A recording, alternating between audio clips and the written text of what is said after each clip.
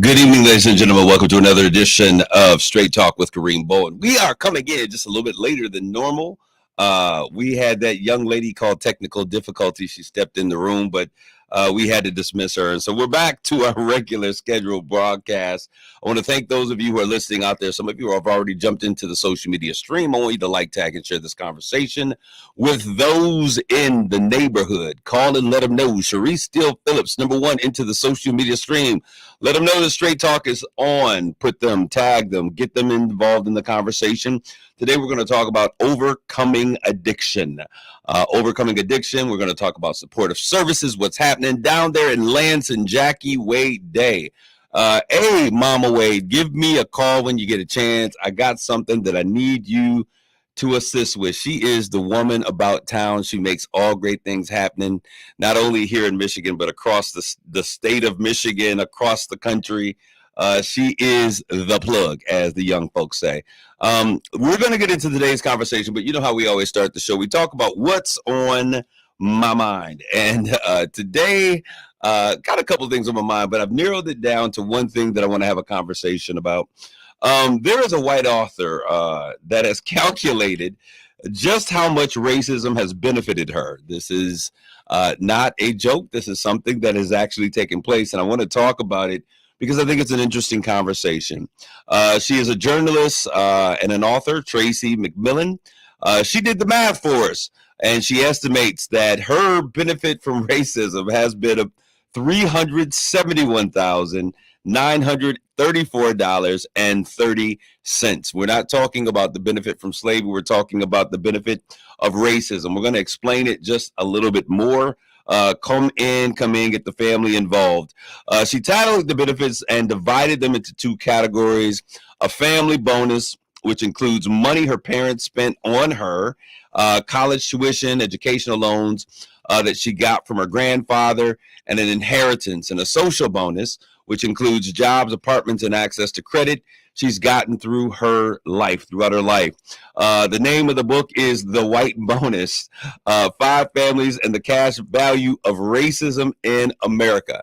If you remember, there was another sister. She was, I think, a sociologist that wrote a book titled White Privilege that ruffled a lot of feathers, but caused a lot of real poignant conversation. The book came out or comes out this coming Tuesday. She traces just how much her family's modest wealth can be attributed to the policies and the practices. I always say that racism isn't necessarily in the people. Today's racism is in the policies. And so she talks about those policies and practices and how they have systematically hurt Black Americans. She goes on to say she grew up in Michigan. She is a Michigander. I never understood the word Michigander, and every time I talk about it, it makes me laugh because I think about ducks for some reason. What is the name of a duck? Is a geese is a gander? Something of that nature. But she's a Michigander, so she's around here quacking like a Michigander. And she now lives in New York, and she details in her book that she grew up in an abusive household. This is interesting. And an unfortunate accident left her mother unable to care for her. In college, McMillan juggled numerous jobs to support herself. And as a working journalist, she's had her own brushes with poverty. Now, this is really interesting, and I want you to understand why.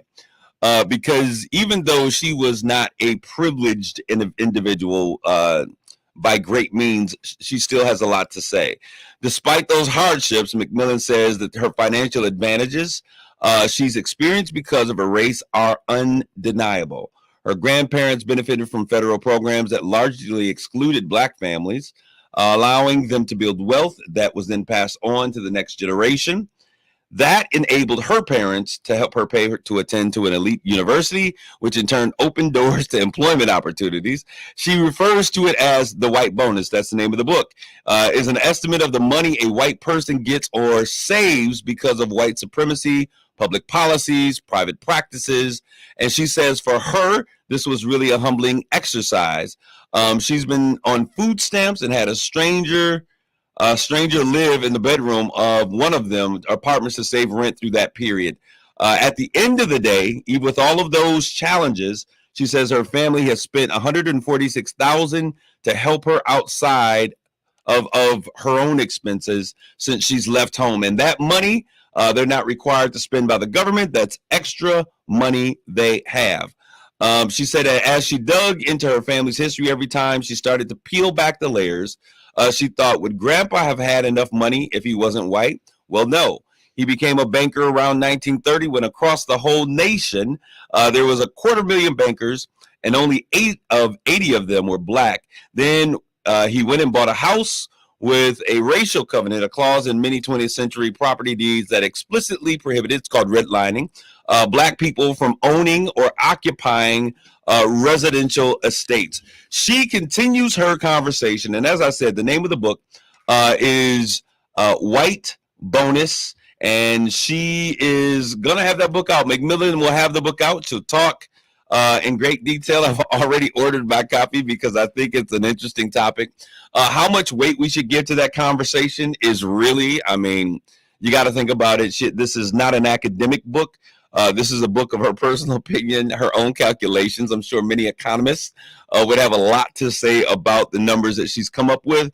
But I think it is an interesting topic. She chronicles and calculates that $371,934.30 is the total sum of the advantage that she has had because of her privilege as a white American. Do what you will with that. And we hope that you are encouraged to just continue to read. I love reading. And with Michigan being the most illiterate state in the union, did you hear what I said? Wow. We came in behind Alabama, Mississippi. No fault to Alabama, Mississippi, or the hills of Kentucky. We're looking for a mud boat. I'm looking for a mud boat. But I'm sorry, y'all. I just got to keep it real. Come on. You Michiganders, know you thought you were much brighter than folks from backwoods Mississippi and Alabama. I got a news flash. You can't read. We're the worst reading, most illiterate state in the union. And I would imagine probably when we look at that, based upon the numbers and statistics, that when you go up that 75 corridor, those major cities that are on that 75 corridor, I'm not going to name no names, but the reality is they probably lead the pathway. There's a lot to be done, a lot we must do as a community, and it's not an opportunity for us to say shame on you, but what can we do? What role do you play in answering the solution, the call to make this change happen so that we can get our kids reading? It is a sad day in this America when you look at countries like Japan and China that are educating their young people. They're doing complex equations and problem solving and critical thinking, and they're creating the next wave of Web3 designs, working with blockchain technology and all of these things. And here in the United States, the wealthiest nation in the world, we hold very poor literacy rates. And the state of Michigan, we got a lot of work to do as it relates to getting our kids off these video games. They spend too much time on video games, on phones, on social media. They can read everything that's in digital format, but cannot read a book. I remember as a kid growing up, my parents used to say that he who reads leads. And my punishment by my Uncle Jeff, thank you, Uncle Jeff, who's out there. He's going to be turning 60 this year.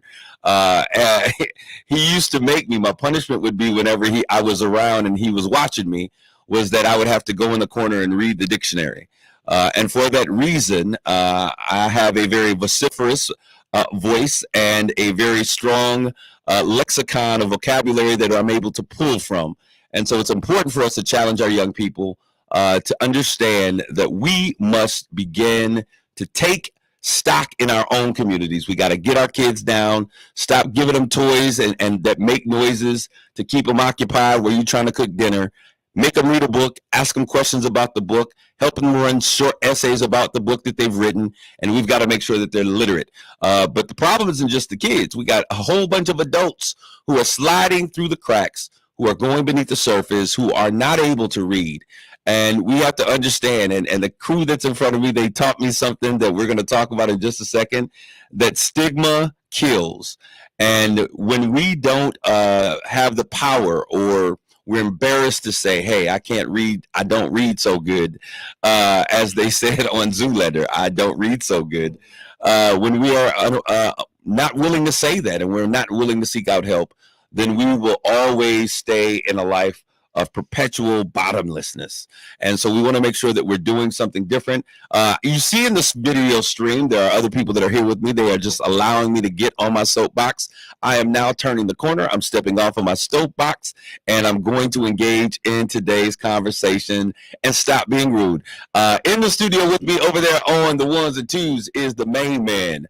We call him Matthew. I call him White Soul. What's good, Matt? I'm doing pretty good. How are you doing today? Good. You know, as I was saying that and I went through this entire thing, I thought about something. My mother said, boy, you know you can talk. And, you know, when I was a kid, they used to always say, shut up, you talk too much. How many kids out there have heard that before? Shut up, you talk too much.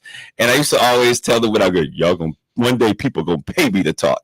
And, you know, it was a self-fulfilling prophecy. And that's what I do to get paid these days. But I'm so glad to be in the studio. We have an amazing cast. You've seen these faces before. We've seen these faces before. I'm laughing. My brother Terry Reed in there. He's checking me. He's like, lexicon? Look at my brother. So we're sitting here, and as we have this conversation, I'm in the studio, and I'm going to allow them to just introduce yourself. Heather, why don't you come on and introduce yourself and share a little bit about what it is that you do as she clears her voice. You've seen the face. Look, she's all quiet the entire time. As soon as we turn the mic to her, she wants to get nervous. But they've been here before in their conversation because of technical difficulties. That's what we're calling her these days. The message did not get out, and this is too important to not have it. So, Heather, why don't you go ahead and introduce yourself? So my name is Heather Karpuk, and I'm a person in long-term recovery. I'm also the quick response team coordinator for the Great Lakes Bay region for Families Against Narcotics, a peer recovery coach, and I help Antonio and I run the Harmless program here in Saginaw as well for our organization that provides safe use and harm reduction supplies to people that need them. All right. And then we have with us, I'm going to come over here to you, Ken. Many of you, this is the guy. I'm sorry, Dave, Ken Jaworski. I call him by his last name. That's what's up with white people. They got first and last names. Both of them got the same thing. I'm just joking with you, Dave. Go ahead. Why don't you tell them who you are? Hi, I'm Dave Jaworski. I'm a lieutenant at the Saginaw Police Department. A lot of different responsibilities, some of which are community partnerships and engagement. And that is what brought me to Heather and the work that FAN does. Awesome. And then there's another gentleman over here, smooth, calm, and collected. Antonio, why don't you give an introduction? Antonio Brooks. I'm a certified peer recovery coach. I work with Heather doing Harmless, and we both work for Families Against Narcotics. All right. So we're continuing a conversation that we started on last week. As a matter of fact, it was our listeners. I want to continually thank our listeners on KISS WTLZ for tuning in and sharing. One of the listeners says, hey, can we continue this conversation on addiction and support from families and what can be done? Regardless of whatever you feel, where you live, your zip code, area code, whatever, we are all impacted by this conversation. And as I continually am having these conversations, I am coming to a realization that addiction has plagued my personal family. I have so many tragic moments all of the way around the spectrum on addiction. So can we start by defining what addiction is? What are we talking about when we say what addiction is, so that we can have something that we can work with? Because there's people out there, Heather, and I see that they position the mic in front of you. Mm-hmm. There are people out there that use and say, I'm not addicted. I can stop when I want to. But they have this reoccurring cycle of use. So let's give an understanding so that those that are listening understand what we talk about when we're talking about addiction. So I don't know the exact technical dictionary addiction. You should have read it in the dictionary. See, look it up for me, Antonio. But my understanding of what addiction is a disease of the brain. It hijacks the brain, and it is basically using substances or using something and not being able to stop without usually without help. I guess not always, but in most cases. It's a brain disease. It's just like any other kind of mental health disease where it's something that you can't necessarily, once the substance is in the body, you lose the control. You use the phraseology, a hijacking of the brain. Mm-hmm. Okay, so when we say that it's a hijacking of the brain, we're basically saying that our thoughts, and I want to say this in a way that I think people are going to be able to pick up on it. It's not like, oh, I can't do without it. Oh, I can't. Oh, I need it. I need it. But it's the fact that it becomes a recurring thought in your mind. When we think about hijacking your brain, we're thinking about it takes a ride along with you, and you start to think about that use or the experiences that you've had or the pleasures that you've had while you're using. And even though it may not seem like something that you're fiending for, it gets into your thoughts and you begin to think about it more often than not. Is that correct? Well, yeah. So, I mean, according to the dictionary, it's a chronic medical disease that involves compulsive use of a substance or activity, even when it causes harm or negative impacts to your life, which is the negative impacts is also really important, right? Because, there are people who drink alcohol 3-4 times a week, yet it may not cause negative impact on their life. They may not feel that they're addicted. Maybe they enjoy alcohol, but they're not necessarily addicted. But then there are people that drink 3 or 4 times a week, but it does cause negative impact, right? And so I think that's kind of like the difference. If we're, I never knew how damaging, and since we're talking about addiction, this is something I just learned recently. People, we make omissions, or we overlook certain things, and alcohol is one of those things that has now become very acceptable. But as I'm beginning to take my own personal journey of health, and we're looking at the different things that we've used, the toxins and the poison of alcohol, I was kind of like, oh my gosh, I never knew this was such an intense thing. And but we make it okay since you're not falling dead and in the middle of BW3s or wherever it is that you go, and so it's not so bad because you're not dying right away. But when we look at the rates of alcoholism, when we look at alcohol related deaths, we look at mad mothers against drunk driving, the things that they have to deal with. It is a serious problem in our community. Okay, I want to turn a little bit. Dave, I'm not going to call you Ken. You may look like Ken, but you're Dave today. Okay, that's fine. Yes, go ahead.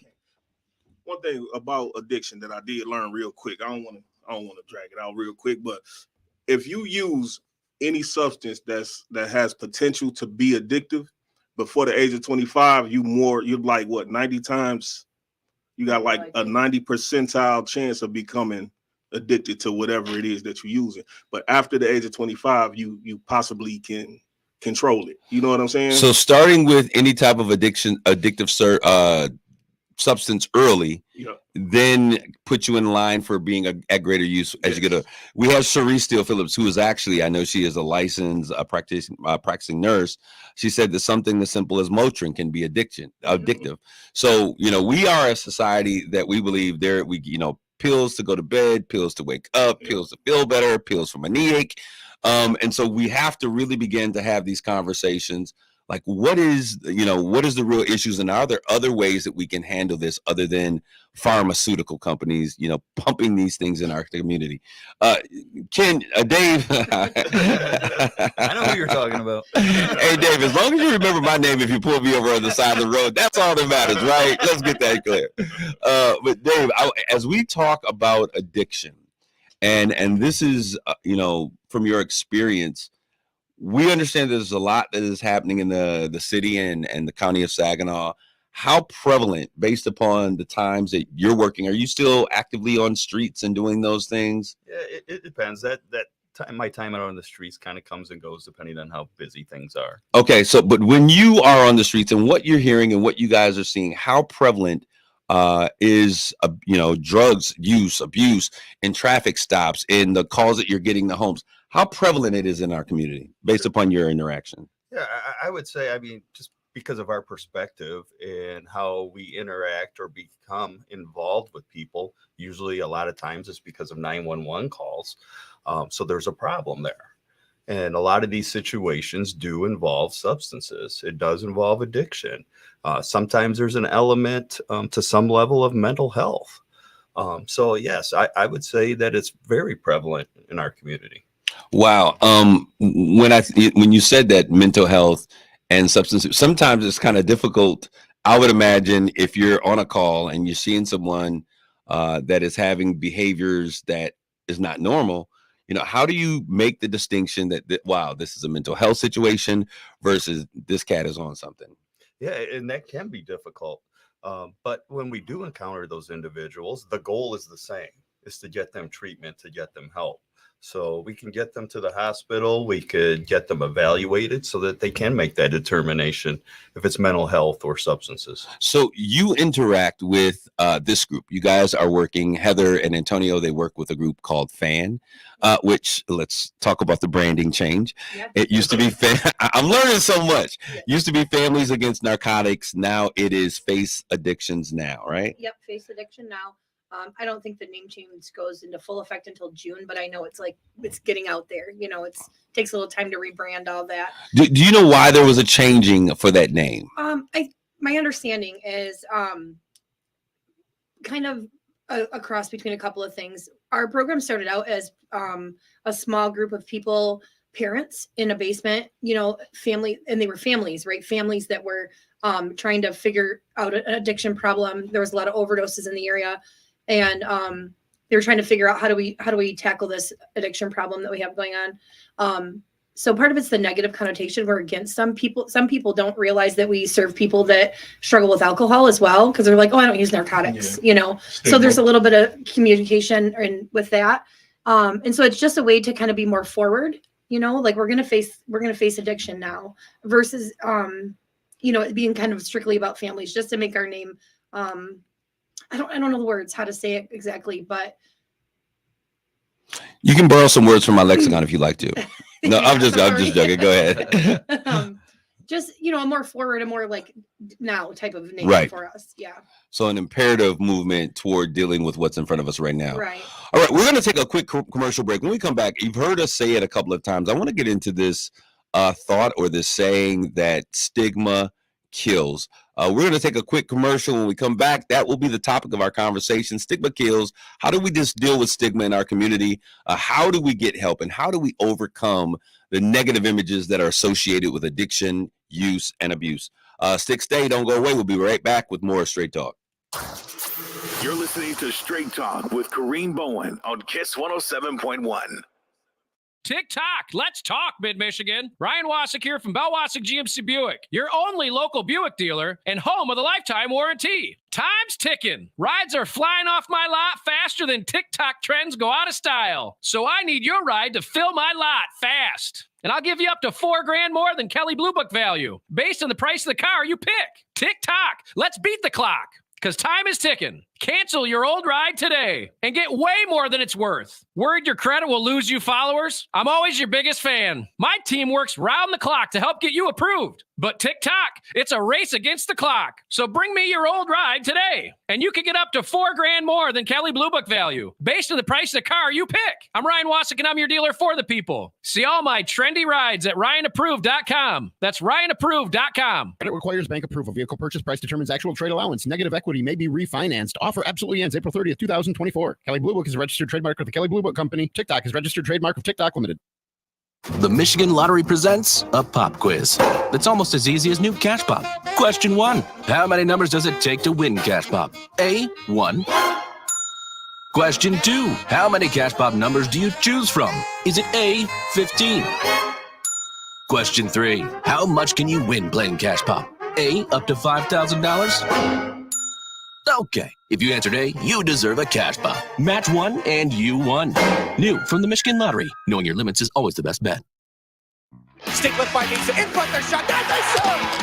It's Mangoni again! The Saginaw Spirit's thrilling postseason journey continues Monday as the Western Conference Finals shift back to the Dow Event Center. The top two teams in the entire OHL, the Saginaw Spirit and the London Knights, do battle on Monday night. Tickets to Game 3 are available now. Go to SaginawSpirit.com to claim yours today. Puck drops at 7:05. Doors open at 6. Secure your seat to Game 3, Saginaw and London.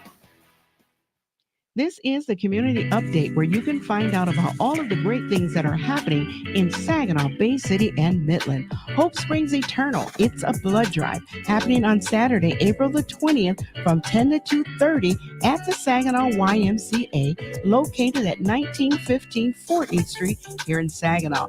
Women of Colors present Time to Have a Conversation, a veteran's take on mental health, happening on Friday, April the 26th at 7 p.m. It will be live streamed on the Facebook pages of Women of Colors, Kiss 107.1, WSGW 106.3, and The Moose. Saginaw Valley Baptist District Association, along with the Great Lakes Bay Community Resource Association, present their Community Expo Fair, happening on Saturday, April the 27th from 10 to 3 at the Buena Vista Community Center, located at 1940 South Otter Drive. Calling all community partners and friends. It's the first annual Pins for Prosperity, a bowl-a-thon, happening on Sunday, April the 28th at noon at Stardust Lanes, located at 3750 Bay Road here in Saginaw. Alpha Kappa Alpha Sorority Incorporated Eta Upsilon Omega Chapter presents their 40th year's Hats Off to Mom celebration, happening on May the 4th at 6 p.m. at the Horizons Conference Center, located at 6200 State Street. Women of Colors and Delta College presents their Women of Colors and Delta College Wellness Expo, Mind, Body, Soul, happening on May the 18th at the Downtown Delta Center. Keynote speaker is Miss Elizabeth Ann Atkins. Community organizers, please submit your events at least 2 weeks in advance to our website at kisswtlz.com. Hey, it's Steve Harvey, y'all. Here's what happened on the Steve Harvey Morning Show. Y'all been ugly so long that you just want everybody else to be there with you. See, and y'all want to use the Bible quote, a man is as he think. There's other verses in there too. Thou shalt not bear false witness. Oh, see, and if you know he ugly, and then you try to tell us he cute, to me, you bearing false witness. Oh, man. You see what I'm saying? What you're not going to do is use the Lord's word to try to justify how both of y'all look. Kiss 107.1, simply the best R&B. You're listening to Straight Talk with Kareem Bowen on Kiss 107.1. This is Kareem. We're back with more Straight Talk. We're in the studio with Dave Conjorsi, Heather, and Antonio. They're all here. We got Fan and SPS. I always want to say SPSD, Saginaw Police Department. Their task force team is in the house. Before we went to commercial break, we said we were going to talk a little bit about the thought of stigma kills. I've heard you all use that and say that before. Let's talk a little bit about the stigma of abuse, the stigma of addiction, the stigma of abuse, of drug use, that we see families dealing with as well as individuals. And so I'm going to throw that out to you, Heather. Why don't you share with us a little bit about the stigma of addiction? Well, I think people experience stigma from all different angles, right? The person that struggles with substance use, they experience the stigma of, people thinking less than them, than they're addicted. There's, like the vision of people who are addicted are, the homeless people on the streets, and, they're unkempt, they're bad people, so to speak. They're going to rob and steal from you. And yes, people that use drugs, some people do make decisions like that, or do those kind of things. But also, doctors can be addicted, nurses can be addicted. It doesn't. The faces of addiction. Yeah. Yes. Like addictions do not discriminate. It doesn't matter if you were raised poor or wealthy. It doesn't matter what color you are. Addiction can affect anybody's family. Also, it just doesn't care. It doesn't care, and it can impact people in a number of ways. So addiction is an equal opportunity employer. It does not matter where you come from, what your experiences are, that you were raised in the church, or any of those things. Stigma does. Addiction doesn't matter. So when we talk about stigma, and were you going to say something, Antonio? If someone, go ahead. About stigma. So really stigma is like a stereotype of a group of people or individuals, no matter what they're doing. stigma in the medical field is really dangerous, right? Because we got people that go into the hospitals, go to the doctors, and what they call them drug seekers. Yes. If they got tracks or, you know what I'm saying, or just certain behaviors. Certain behaviors, they call them drug seekers, and they don't treat them as if they matter or as if they serious. You know what I'm saying? Well, you know, one of the things, and I learned this because I'm an implicit bias trainer. I'm a trainer of trainers. Yeah. And what we learned is that healthcare is one of the greatest places where implicit bias takes a role. It's one of the most institutionalized racist institutions in the world. And because we take those biases, we're talking about folks who are financially in a very different place, living in communities that puts them in a very different place than many of the populations that they treat. And so going into work, they take those thoughts. And so I can understand how, if you got tracks and you've been here before, you've OD'd before, that the next time you come in, it may be an OD. So you don't need the help right away. Yep. You know, we're going to work with these other people. You're trying to kill yourself with, that kind of thing. So I understand how that happens. So when we talk about stigma kills, what are we exactly saying? What are we communicating? Okay, having a stigma in terms of treatment, and not seeking out treatment, not being vocal about your need for assistance. What are we talking about when we say the stigma kills? I think all of those things. Yeah, all of those things. You know, people, it'd probably be just easier for me to speak about my own stigma, So I was raised in a middle-class household in a small town, and, I didn't know people that were addicted. My parents were ashamed of me. They didn't I would stay away from family events because of the shame, especially during the time that I was in active use. It still affects me to this day. There are family members that I don't speak to or that have sort of alienated me, and I've been sober for 7 years and completely changed my life, but it still affects me now in that way. Some of my family members won't ever believe in me or, trust me or anything like that. But also, from the family perspective, family members are embarrassed, like, gosh, especially when it's not, when it's alcohol, it can still impact. But when you have a heroin addict for a child, they're like, it's just humiliating to them, and so then they stay and they don't have anybody to talk to. They don't have anybody to have support, and they just keep it all inside. And then it just eats at them and it hurts them. So, that's why we have programs the way we do now. We have 2 programs to help family members. What are those programs? Go ahead and share. We have the family coaching program. So much like a peer coach, it's a family member who's experienced that maybe their child has struggled with substance use. Sometimes they're still in active use. Sometimes they're in recovery. Or some of the parents have lost a loved one to an overdose. Or maybe your spouse struggled with it or struggles with substance use. So they have that lived experience, and they use that in our curriculum. We also have a curriculum created for it to help the family members. The best way I say it is to kind of learn to love your loved one unconditionally, but to help make your decisions are not going to hurt them. Sometimes you love your loved one so much that you do things that aren't actually helpful towards recovery for them. Yeah. I want to read this really quick because I think that this is a good point. One of our listeners, Regina Gigi Williams, says that she did some substance abuse counseling years ago. Most people don't just wake up and say, hey, today's a good day. I think I'm going to go out and get addicted to drugs. Some type of trauma happened in their life. So when we look at addiction and we look at abuse, and there is trauma often associated with those two that binds them together. Yeah. Let's talk a little bit about that. And then Candace Whitfield, she says stigma against harm reduction programs needs to be addressed as well. Now, we're going to talk about that because that's a whole nother thing. And I, too, was challenged.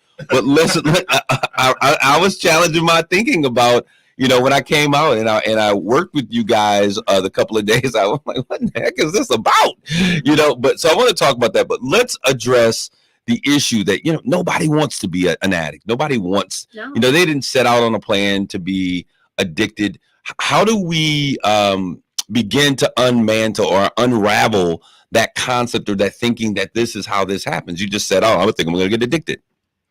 What I did, I had to figure it out for myself, man. I was drinking a lot, and I was doing a lot of wild stuff when I was young. But I end up going through so much that I went to therapy. And when I went to therapy, I figured it out, man. A black man in therapy. What's that about? A young black man in therapy. Because I had my first son, so I wanted to do right by him. You know what I'm saying? So when I went and I kind of talked to the therapist, and then I went to the psychiatrist, and that's a whole another bag of worms because they prescribing meds. Y'all, you went through so much trauma here. You got PTSD, you got depression. I'm like, wow, all these meds. Dave, I want to talk about where policing meets addiction, and when we arrive to a location, there's a need to address the issue of addiction. Yep. But what do? We got kids in the house. I mean, let's talk about all of the things, because people, sometimes police officers, and sometimes I go hard on officers as well. But I when I call 911 and I need support, I want an officer to show up. So I'm not a defund the police guy ever, right? But let's talk about when you show up. And all of the different things, and how addiction and children and all of these other people, I love them. I don't want them to go to jail. I just wanted you to come and stop them from being mean or from being angry.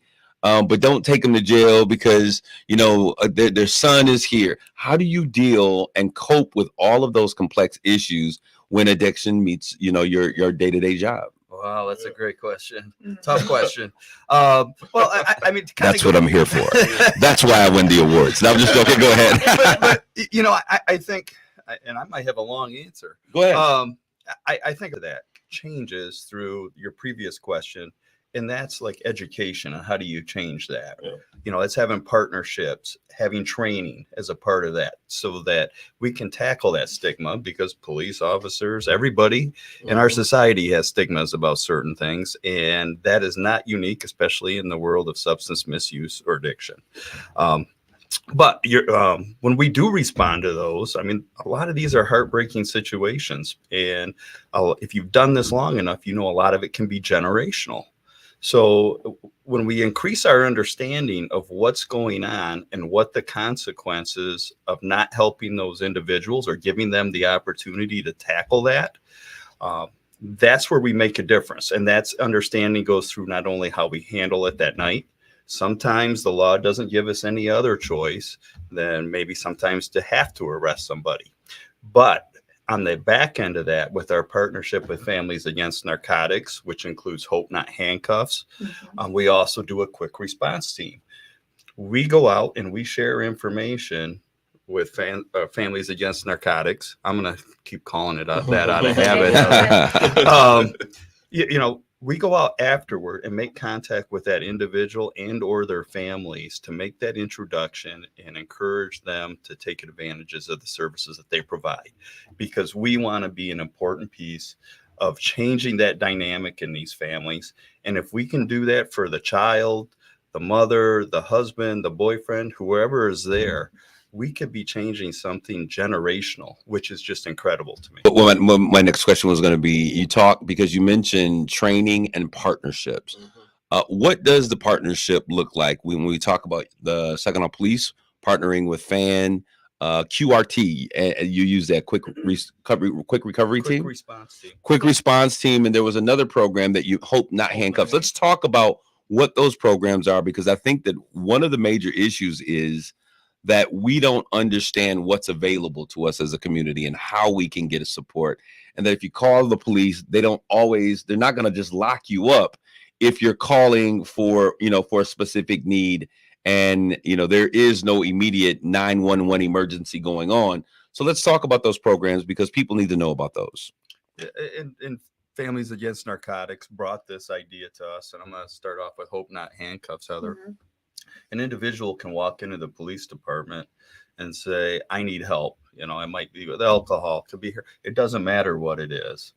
And we will get a hold of Families Against Narcotics. They can have an angel come out and sit with that person and help get not a real angel. I don't know. It's not Delarice is not coming back touched by an angel, but individuals who are working and giving of themselves with a message, They're right? typically community volunteers. Okay. Or sometimes they're peer coaches. Someone like me, if I have time, if I'm not like doing something in my other job, and we have like a group where it comes up, okay, we need an angel here.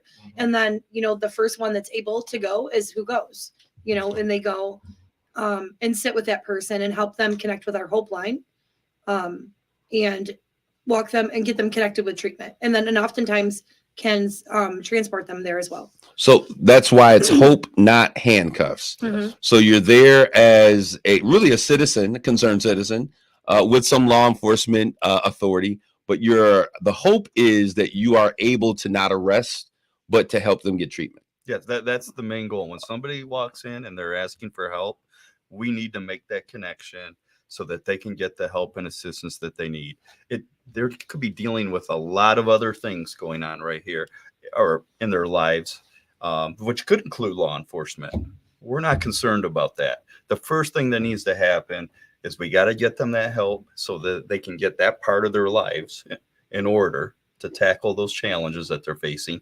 And then we can come back and they can tackle those other things later. You know what, Dave, I got to ask you this question, because sitting next to you and having this conversation, empathy and just real concern is coming. I can feel it coming from you. And the reason I got to ask this question, it's so left field. Sometimes we forget that officers of the law are actually folks who live in our community, their neighbors, their friends, people. What is it that you think? Is it the power of the badge? Is the fact that people feel like I'm stopping you from doing something? I caught you. What is the thing? Because you are now here communicating that a part of what you want to do is not lock people up, but to provide support, a real much needed support in the community. What do you think, or how do you think that maybe your role in the community is misinterpreted? We understand that there are a lot of things that go on, and I sound the alarm here when cops are being boneheads, right? But what do you think it is, that people have this fear? In your words, I'm interested in thinking from your perspective, because you come off very empathetic. What is it, the fear of connecting with officers in this manner? Well, I think a lot of that goes to, we do have a job. We have to uphold the law, and that sometimes it involves issuing citations. It involves taking somebody to jail. But when we look at the greater purpose of what we are there for, to serve the community, is to get to the bottom, to the root of the problems. And if especially when we're talking addiction, substance misuse, if we don't take that opportunity at that time to help connect people with those services, to show empathy, then we're going to be back the next day and the next day and the next day. But I think, some of that is just, it's the role of law enforcement. We can talk about the role of law enforcement in minority communities and what that historically has been. And that is going to take time. I think we're making progress, but that takes time to overcome. But we need to start today. We need to do what we can today. And I think that what you said was really important. You said something that's kind of like as a bridge. It was how we see the problem. There's a desire to address the issue as a whole, but sometimes I think it gets lost in translation, how we see the problem. And that's one of the things I'm going to talk to Chief Ruth, because I really need to come over and talk about implicit bias, because we bring who we are to our jobs, right? I want to, Candace Whitfield said, she talked about the stigma against harm reduction. Now, Candace, let me tell you, Miss Whitfield, my people that are on the table over here, I was speaking with Antonio and Heather, and I was like, listen, because on Wednesdays they do street ministry. I call it street ministry. They're a street team, and they're out on the streets. And so I said, hey, I want to come out and I want to see what y'all got going on. And I was like, wait a minute, we're doing what? And so I was thrown away. Let's talk about harm reduction. Let's talk about harm less, because I think that's what you call it on Wednesdays. Yep. So let's get into that conversation, because I think it's interesting so that our community understands what's going on. Well, I mean, so we're out there providing supplies to the community of people who are still using drugs, with different supplies, right? So we can give them Narcan, the opioid overdose nasal spray. We give them those. We have fentanyl test strips. We have xylazine testing strips, allowing them to test the substances they're using to be better informed about what's in it. Because as we know, fentanyl kills. Xylazine's not great either. But we're also providing clean syringes and glassware. And you can come and get your new glassware here at Kenmore. No, pipes. Yeah. We're talking about, she said glassware. Well, that's a stigmatized word, right? Pipes can be a stigmatized But it's a word that the community recognizes. Right, yes. Go ahead. Yes, we're providing pipes. Oftentimes people come up to us and say, let me get a shooter, and we do. We give it to them. And with it, so the reason why we provide this is because the reality is that people that are struggling with substance use disorder, they're going to use no matter what, right? They're going to use. And so by providing clean things for them, it helps reduce the spread of HIV, hepatitis C, and other types of illnesses. Yeah. So I want to say this because I think this is such an interesting conversation that I've had in communities. Like, why would you give them what they need to continue to abuse? And I want to say this. I was not a fan of it.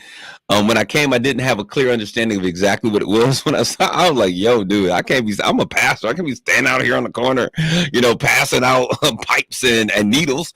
But what I began to see in action, and this is the key thing, I saw two individuals who were concerned about folks that were coming in. I saw people coming up that you guys had previous conversations with, and you were able to build a sense of trust. There is a whole community that exists of those who are addicted. I saw folks riding up in Mercedes-Benz, and other nice cars. I saw people walking on the streets and riding their bicycles. I saw folks with doing things. I was like, oh my goodness, this is real. You saw a lot of things. But what I saw was these people trusting you all, and coming back to a place that they saw was safe. Yeah. And you sharing conversations. Now I want to talk a little bit, Antonio, because there was a situation that occurred where what you all are doing actually saved some lives. And let's talk about that. I've seen Narcan firsthand save someone's life who was having an overdose. And I couldn't believe it when the paramedics were telling me what was going on. Let's talk about those instances that you guys have experienced. So yeah, that's what we do it for, right? Like, again, with all the stigma or whatever, we have had people come that just walk past and we notice them, but we don't try to hound nobody to come over. Some people, they just walk by and they just peep the scene. So we got a particular person that was referred to come to us by somebody. Long story short, we convinced them to take some Narcan and some fentanyl testing strips. And the next week, when he came back, he was like, man, y'all lifesavers. He was like, man, I tested that stuff. And he was about to smoke some, yeah. He was about to smoke some crack. We all let those on here. So he tested his crack for fentanyl. And we showed him how to use the testers, and he tested it and he decided not to use it. And the other two guys he was with decided to use it. They OD'd. He didn't. So the Narcan we gave him, he was able to bring them back to life, reverse the overdose. So Narcan actually shuts down those receptor sensors from retrieving anymore and kind of reversing the process, allowing an individual's normal body practice to kick it out of their system over time, correct? Okay, so we see an example of how this is operational and the benefits of it. I'll tell you my personal experience. I got called to a house, and I rushed to the home. And this individual, that today they're now boldly sharing their story, their testimony of overcoming addiction. I got there and I had concerns and thoughts that this individual may be using. I was told over and over again, nope. That's not it. And got called to the house. They were unconscious on the floor. So I'm sitting there and I'm doing what Pastor, I'm praying and praying and praying. Paramedics come in. They said, listen, if we use this Narcan, you know what you're dealing with. So they put the Narcan in. He was absolutely out. They put the Narcan in. He woke up. He's like, hey, what you doing here, Pastor? And so it allowed me an opportunity to have a real honest conversation, to talk about how they needed to support and how we could then stand in as a community. Yep. I want our community to understand that if we don't come together and if we don't begin to deal with the stigma of drugs and get over these stigmas. I have a cousin, and this is a real conversation. I've never had this conversation on air to any degree. Beautiful cousin that was struggling, and her family was struggling with, she was struggling with addiction, and they were struggling with stigma.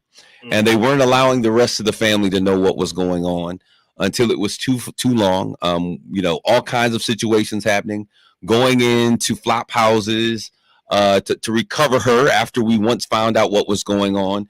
And she died, and her body, the situation was never solved, but she died in a situation that was drug related because of her addiction. We've got to begin to have strong, courageous conversations around our own kitchen tables. We have to understand that addiction is not the end of the world, that there is hope, not handcuffs, that there is support. There are quick recovery teams that are here, that families against narcotic, the old way fan, or facing addiction now, let's do something about it, whichever one works best for you. And we've got to have these conversations. We've got to remove the stigma. We've got to do the work. We've got to connect with those that we love. This is all the time that we have today, but I want to thank you guys. Is there anything, how can people get in touch with you if they need help or support? So anybody can seek treatment by calling 1-833-202-4673, 833-202-HOPE. We have a website. The website right now is www.familiesagainstnarcotics.org. All of our services are on there for both families and individuals. It's a really user-friendly website. And, I just wanted to say one last thing. People that struggle with addiction, those are people's mothers. They're people's children, people's grandparents, sons, husbands, fathers, and just think about that. When you think about someone struggling with substance use disorder, it could be that person to you. And I think that's really important to start humanizing people who struggle, because they really are just other humans. They're other humans that got caught up in something along the way, and they just need, they may need a way out. And the best way to do that is to continue to love and support them through that. It doesn't mean you have to hand over your pocketbook or do things that are not good for that, but just love them. They're humans. I got one. Go ahead. I just wanted to say too, for anybody who is wanting to get some Narcan, we keep it in the front lobby of our police department. We keep it outside the lock section, so you can come in 24 hours, and we have some sitting in there. It's for you to take.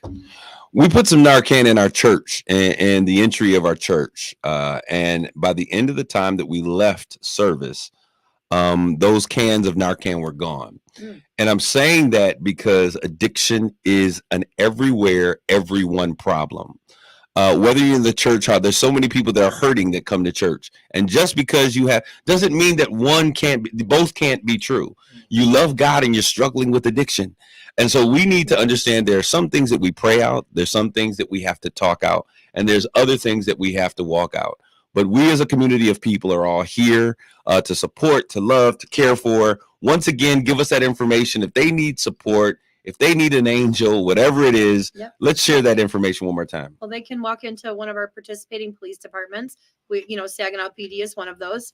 Or they can call 1-833-202-HOPE or 833-202-4673. All right. And you can also get that Narcan at the Saginaw County Health Department. Thank you for Steve Phillips, the lobby as well, with no questions asked.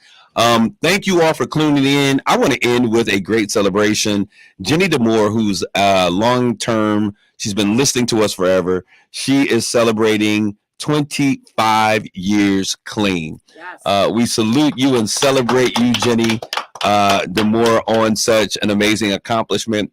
And I just want to say to you that are out there, maybe it's been 25 years, maybe it's 35 years, maybe you just got only one day clean. Overcoming addiction starts with one step, one day at a time.